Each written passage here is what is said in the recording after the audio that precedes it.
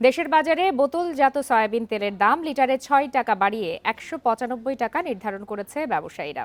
যদিও বাণিজ্য উপদেষ্টা বলছেন তেলের দাম বাড়ানোর সিদ্ধান্ত অনুমোদন করেনি মন্ত্রণালয়। ব্যবসায়ী সমিতির দাম বাড়ানোর বিজ্ঞপ্তি দেওয়ার এখতিয়ারও নেই। তবে মিল মালিকরা বলছেন বরাবরের মতো সরকারি প্রতিনিধিদের সঙ্গে বৈঠক করেই ভোজ্য তেলের দাম সমন্বয় করা হয়েছে। গত আগস্ট মাস থেকেই ভোজ্য তেলের দাম বাড়ানোর চেষ্টা করছে বাজারজাতকারী প্রতিষ্ঠানগুলো। তবে বাণিজ্য মন্ত্রণালয়ের আপত্তিতে তা কার্যকর করা যায়নি। সোমবার বোতলজাত সয়াবিন তেলের দাম লিটারে ৬ টাকা বাড়িয়ে সংবাদ বিজ্ঞপ্তি দেয় ভোজ্য তেল রিফাইনারি সমিতি। খোলা সয়াবিনের দাম লিটারে ৮ টাকা বাড়িয়ে করা হয় ১৭৭, পাম তেলের দাম লিটারে বেড়েছে ১৩ টাকা।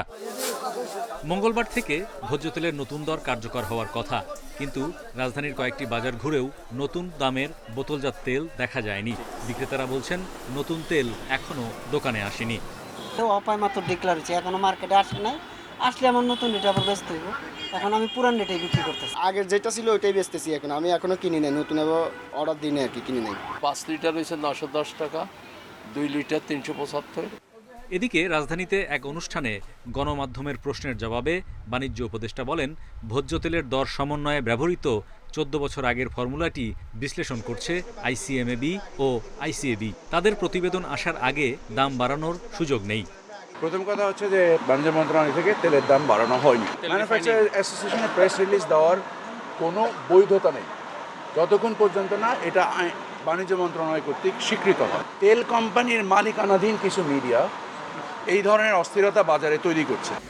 এ খাতের ব্যবসায়ীরা বলছেন বরাবরের মতো দাম সমন্বয়ে গঠিত জাতীয় কমিটি, বাণিজ্য সচিব সহ সরকারি প্রতিনিধিদের সঙ্গে বৈঠক হয়েছে। সুনির্দিষ্ট মূল্য কাঠামো বিশ্লেষণ করেই সর্বসম্মতিতে সিদ্ধান্ত নেওয়া হয়েছে বলে দাবি তাদের।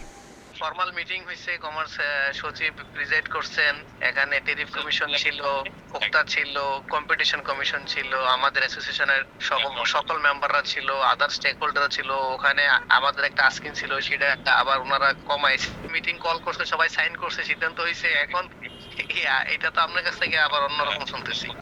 এর আগে চলতি বছর এপ্রিল মাসেও দেশের বাজারে ভোজ্য তেলের দাম বাড়ানো হয়েছিল।